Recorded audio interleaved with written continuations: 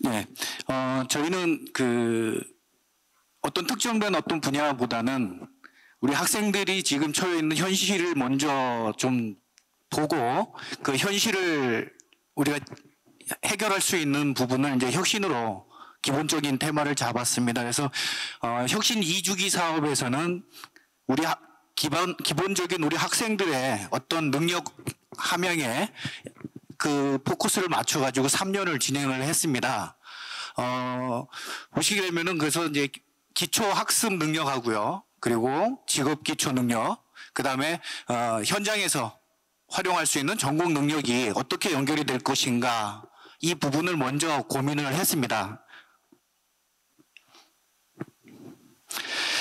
저희 대학의 중장기 발전 계획을 수립할 때 가장 먼저 했던 것이 이제 지역 산업체들에 대한 수요 조사를 먼저 실시를 했습니다. 실시를 했을 때 진짜 말 그대로 우리 학생들이 현장에서 필요로 하는 것이 무엇인가, 이제 순위를 정해서 해보니까요, 모든 기관들, 조사 기관들이 대다수가 첫 번째로 꼽는 것이 인성이었습니다. 전공 능력을 꼽는 업체도 있었지만 대부분의 업체들이 인성이고 끈기를 요구하더라고요. 앞에 이제 첫 번째 발표하신 우리 서울여자간호대학에서도 말씀하신 것처럼 저희 대학도 간호과 학생들이 1, 2, 3, 4학년 합쳐서 1000명이 넘거든요. 근데 이 간호과 학생들이 취업을 하면 취업률도 상당히 높아요. 거의 90% 정도가 나옵니다. 나머지 약 10% 정도는 보건교사나 이런 쪽 공무원 쪽으로 가기 위해서 준비하는 학생들이고, 그럼 거의 간호사로 100% 취업이 된다라고 볼 수 있거든요. 그런데 안동에 상주하고 있는 이제 종합병원이 3개의 병원이 있어요. 그 3개의 병원의 니즈를 조사해 봤더니 3년 이상만 좀 근무를 하게끔 해달라고 요청을 합니다. 그걸 학교 다닐 때부터 좀 강조를 해서 취업 이후에 3년은 그래도 내가 직장 생활을 한 곳에서 이곳에서 하겠다라고 이제 다짐할 수 있게끔 좀 해달라는 것이 그 병원 3개의 종합병원에서 요구하는 내용들이었어요. 1년 이내에 그만두는 학생의 그 간호사의 비율이 진짜 거의 한 7, 80% 이상 된대요. 그럼 예를 들어서 안동병원 같은 경우 간호사가 1,400명입니다. 근무자가요. 근데 해마다 뽑는 인원이 300명이 넘어요. 그럼 결과적으로 300명이 그만둔다는 얘기죠.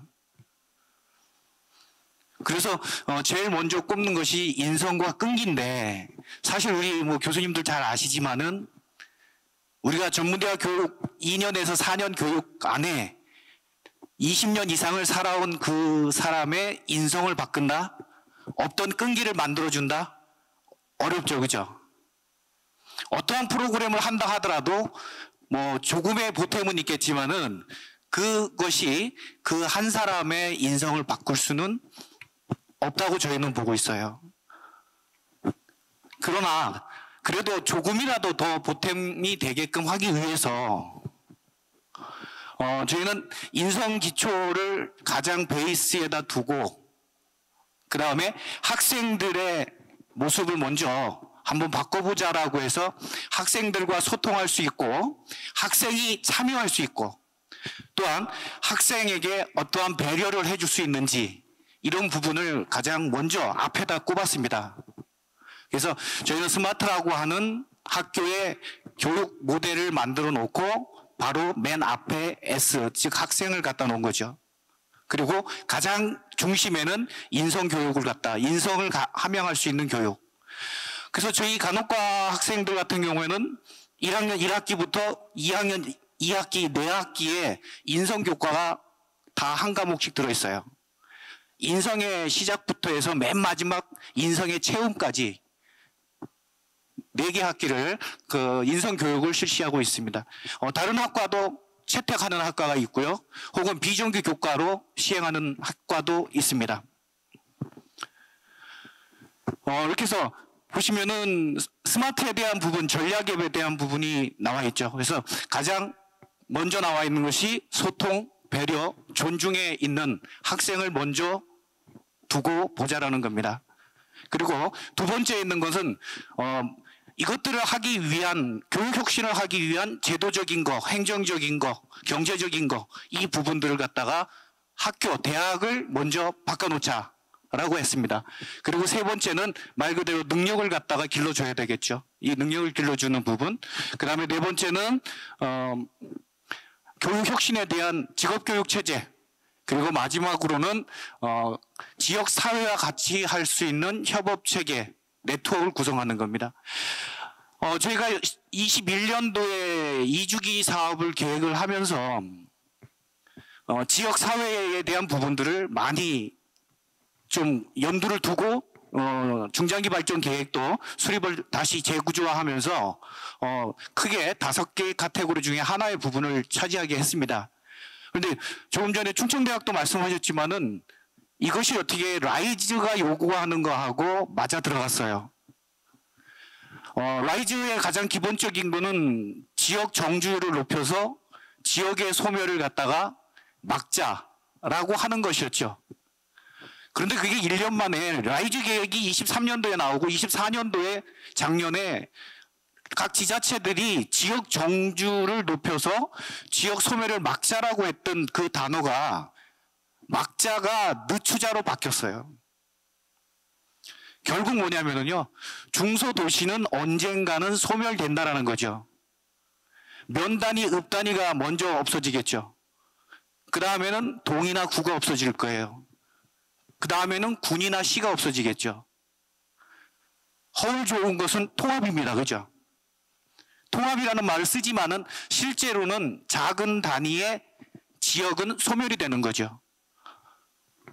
그래서 작년에 저희 라이즈 때문에 회의를 하면서 경상북도 도청에 있는 담당 과장님께서 그런 말씀하시더라고요.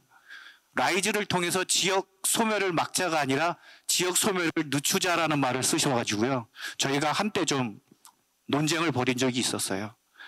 왜 막자가 하루아침에 이제 소멸로, 늦추자로 바뀌었냐. 그럼 결국에는 소멸된다는 거죠. 그죠? 대구 경북 통합하려고 지금 노력하고 있습니다. 시장님과 도지사님이요. 결국 대구 경북 통합하자는 얘기는 경북이 먼저 소멸될 거니까 하나로 묶자라고 하는 거죠. 라이즈가 이거를 얼마만큼 막아줄지 혹은 늦출지는 모르겠지만은요. 저희도 역시 작은 지역이지만은 지역과 같이 상생할 수 있는 부분, 협력할 수 있는 체제를 구축해서 나가자라고 하는 부분이 5번째였습니다. 거기에서 우리는 학생 중심의 성공을 지원하기 위해서 다음과 같이 기본과 혁신에 맞는 직업교육 체제, 직업교육을 선도하는 대학으로 만들어 가자라고 대학 발전 계획을 수립하였고요. 그 중에 하나 교육혁신 파트에서는 교육과정과 수업의 혹은 교육 품질의 혁신을 가져오자. 여기서 교육과정의 혁신이라고 하는 것은 많은 대학들이 지금 대학 학사제도 유연화라고 하는 것을 가지고 혁신을 많이 주도하고 있죠. 이 얘기는 뭐냐면 종교교육과정에서 이제는 학력인구 중심이 아니라 성인학습자 혹은 외국인 혹은 작은 단위의 어떤 집단들을 교육할 수 있는 체제로 바뀌자. 이번 행사 때 첫날 그 윤우영 단장님께서 이런 말씀 하셨더라고요. 좋은 말씀 하셨는데, 저희가 대학이 성인학습자와 외국인으로 바뀌어가고 있는 과정인데요.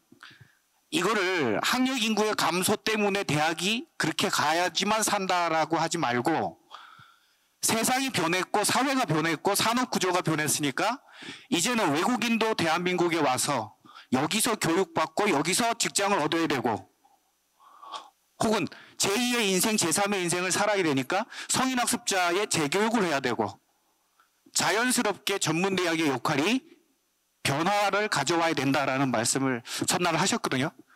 전 상당히 아주 고무적으로 받아들였습니다.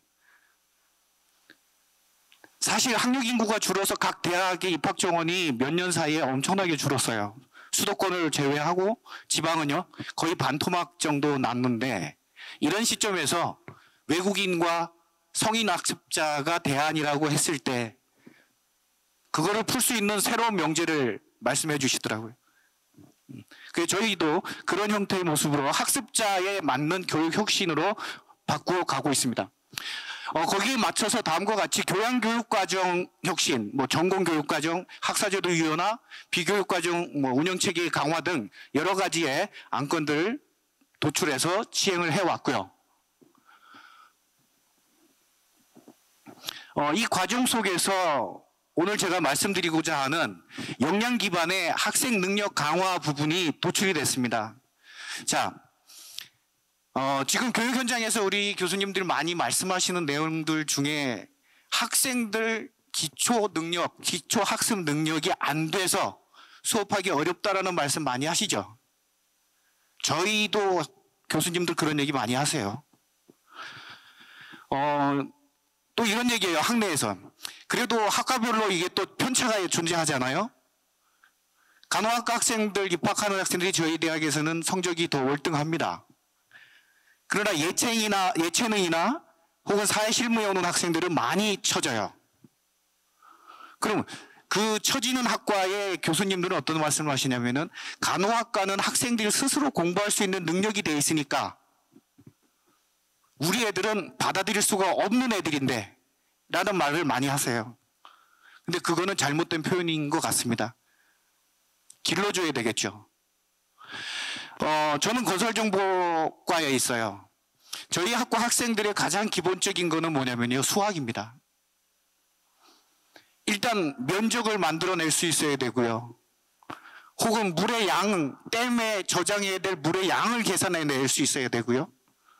결국 다 수리 능력이 들어가지 않으면 안 되는 학과예요.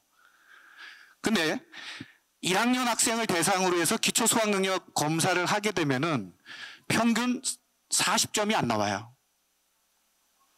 제가 몇 년 전부터 1학년 1학기에 학생들한테 어떤 수업을 하냐면요, 대학 기초 수학을 강의를 하거든요. 저희가 대학 다닐 때 배웠던 수학, 미적분과 기하 벡터가 아니라 중학교 1학년 수학책 가지고 합니다. 그 또한 소화를 못 해내요. 한 학기 내내 중학교 1학년 거하고 2학년 교과까지 이수를 하게 합니다. 그리고 그 다음에 이제 1학년 2학기 가서 삼각함수 가르치고요. 미적분 가르치고 해요. 안 그러면은 바로 삼각함수 들어가서 하게 되면은 받아들일 수가 없어요. 그런 현실이기 때문에 기초학습 능력을 강화시켜 주자라고 저희는 가장 먼저 도출을 해냈고요. 그 다음에 두 번째는 산업체가 요구하는 인성교육, 산업체 현장에서 필요로 하는 직업기초, 다시 얘기하면 직장 기초가 무엇이냐, 직무 능력 이전에 갖춰야 될 게 무엇이냐, 그 부분을 도출해내기 위해서 직업기초 강화 프로그램에 역량을 좀 실었고요. 그리고 마지막으로는 말 그대로 그 학과에 필요한 전공 능력이 무엇인가, 이렇게 세 개의 역량 기반으로 도출을 해냈습니다. 그거를 통해서 성과지표를 도출해서요, 핵심 성과지표에는 재학생 충원율, 그 다음에 취업률을 넣었어요. 지금 전문대학교의 취업률이 상당히 높아졌죠. 혁신 역량 강화 프로그램에 의해서인지 아니면 링크에 의해서인지 몰라도 전문대학의 취업률이 지금 거의 72%인가 정도 되죠. 그 중에 또 대구 경북은요 더 높아요. 약 75%까지 올라가 있어요. 평균으로요. 저희 대학은 3년 연속 79%에 해당됩니다. 취업률이 상당히 높게 나와요. 그리고 재학생 등록률도 거의 100% 됩니다. 정원은 많이 감원을 했지만은요. 그래서 핵심 성과 지표와 연결이 가능한 것이 바로 이 역량이 아닌가 하고요. 그 다음에 자율 지표로서 기초 학습 능력이라든가 그 다음에 직업 기초 능력에 걸맞게 저희는 직업기초 능력 향상 지수, 그 다음에 기초학습 능력 향상 지수를 갖다가 자체 만들어서 평가하고 있습니다.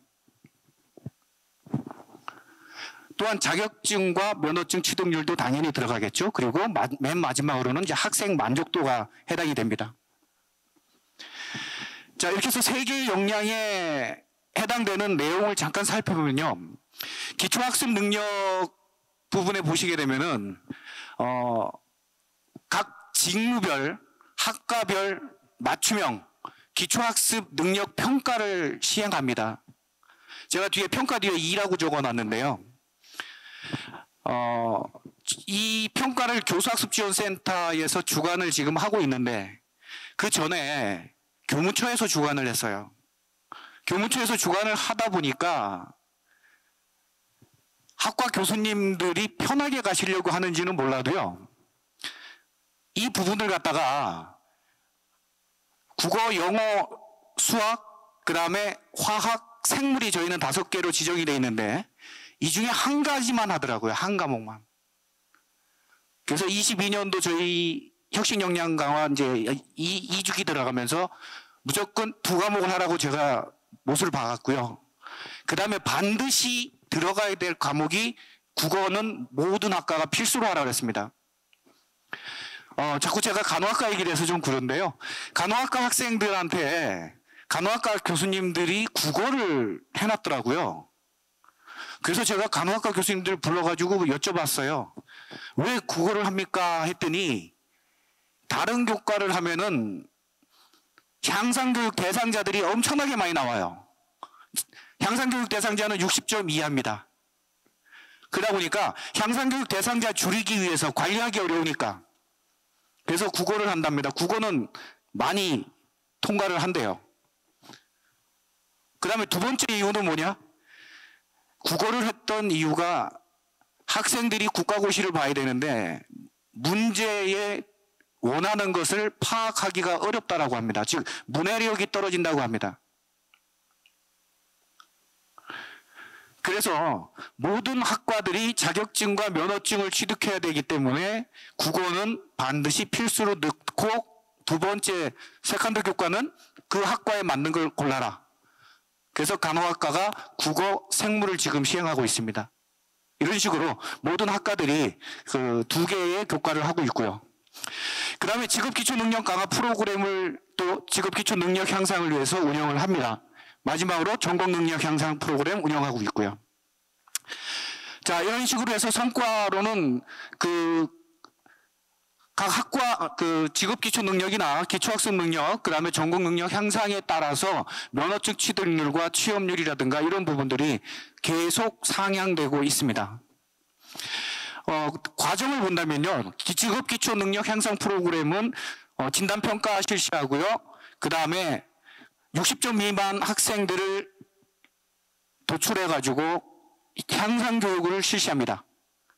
향상교육은 각 학과마다 온라인으로 시행을 할 수도 있고요. 원하는 학과는 대면으로 할 수도 있습니다.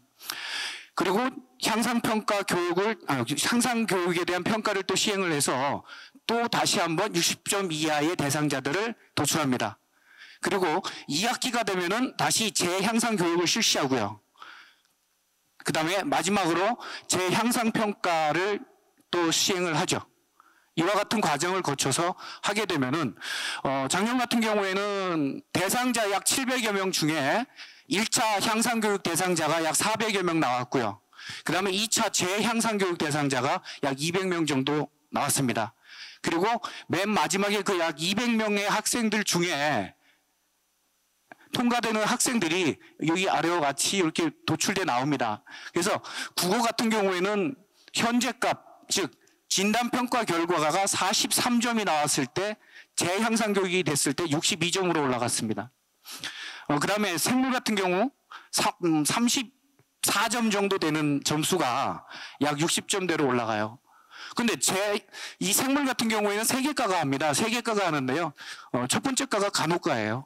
간호과 학생들 약 200여 명 되는 학생들이 여기에서 약 한 180명 정도가 누락이 돼요. 60점 이하로 나옵니다. 그래서 이게 왜 이렇게 나오냐 했더니 지금 고등학교 교육에서 생물교과를 운영하는 학과들이 거의 없어요. 그러다 보니까 생물을 배우지 않고 올라와서 공부는 잘하는 학생들이지만 생물에 대해서 잘 몰라요. 그래서 생물을 교양교과도 편성하라고 했습니다. 그래서 간호학과 학생들은 교양교과에 생물도 지금 수강을 하고 있습니다. 자, 이렇게 해서 이제 마지막 재향상 평가까지 실시를 했고요. 그 다음에 직업기초 능력도 역시 사전 진단 평가를 통해서 각 학과별로 능력별로 NCS 10개 직군을 캐치 프로그램에 의해서 평가를 하고 진단을 합니다. 진단된 결과를 가지고 역시 향상 교육을 각 학과별로 각 능력별로 실시를 시행을 하고요. 그 다음에 사후 진단 평가를 통해서 각 학과의 즉 능력별 요소 7가지와 성격적 요소 3가지를 진단해서 사전과 사후로 어느 정도 향상됐는지 혹은 퇴보가 됐는지 이거에 대해서 평가를 합니다. 그런데 몇 개의 이제 오류가 또 발생이 돼 나오더라고요. 몇 년 해보다 보니까 뭐냐면요. 학생들이 평가 항목이 많다 보니까 진실되게 평가를 안 해요. 오히려 역으로 사전 평가 때는 이거는 1학년 1학기에 와서 이제 바로 하다 보니까 학생들이 열심히 합니다. 점수가 높아요. 사후평가 가서는 그냥 찍어버려요. 성적과 관계없으니까. 특히 LMS로 평가를 하니까 더 그것이 심화되어 가더라고요. 그래서 작년에는 저희가 직접 교수님들 보고 들어가서 평가라고 했습니다. 예, 마지막으로는 이제 전공 능력 향상입니다. 전공 능력 향상은 각 학과별로 수요를 조사하고요. 그 다음에 능력별로 강화 프로그램을 운영을 하고 그리고 운영 결과 분석을 하고 거기에 따른 운영 성과 도출하고요. 개선 완료점을 찾아서 차기 연도 프로그램에 반영을 해서 실시를 합니다. 이렇게 저희는 기초 학습 능력과 그 다음에 전공 기초 능력 그리고 전공 심화 능력, 전공에 필요한 능력을 향상시켜주는 3개의 역량 기반으로 이제 교육 혁신을 추진해 왔고 3.0 사업에도 이 부분을 베이스로 해서 교육 혁신에는 기본과 혁신이 같이 갈 수 있는 그런 교육 혁신 체제로 계속 진행을 하고자 하고 있습니다. 네, 감사합니다.